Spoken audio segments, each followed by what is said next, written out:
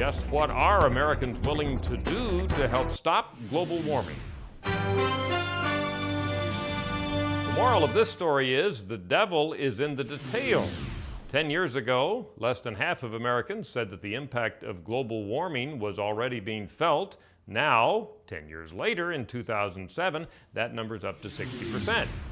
Plus, look at the results of this question. Americans were asked if relatively small things like driving less or turning down the thermostat or recycling and so forth will be enough to stop global warming.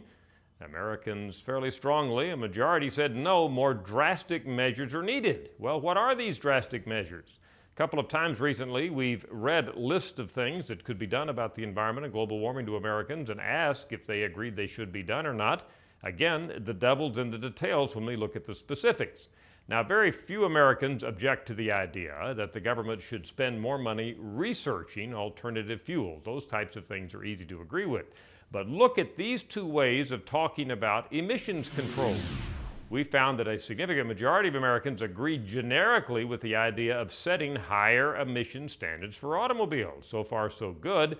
More recently, we asked more specifically, would you agree with the government banning automobiles that don't get at least 30 miles per gallon? Here we found less than half agreed.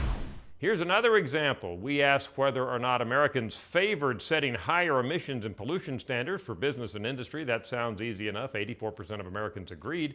Then we came back, phrased it differently, and said, should the government be imposing tough restrictions on U.S. industries and utilities? Just 38% agreed when we phrased it that way. What we're finding, in short, is that Americans agree in principle with some of these things that could be done to curb global warming, but when it comes down to specifics, when they're worded in ways that sound pretty harsh, many fewer Americans are willing to agree. Tomorrow on the Daily Briefing, we'll look at an update on Americans' attitudes towards illegal immigration. I'm Dr. Frank Newport, editor-in-chief of the Gallup poll with Democracy on Demand. Take the Daily Briefing with you. Search for Gallup at the iTunes Music Store.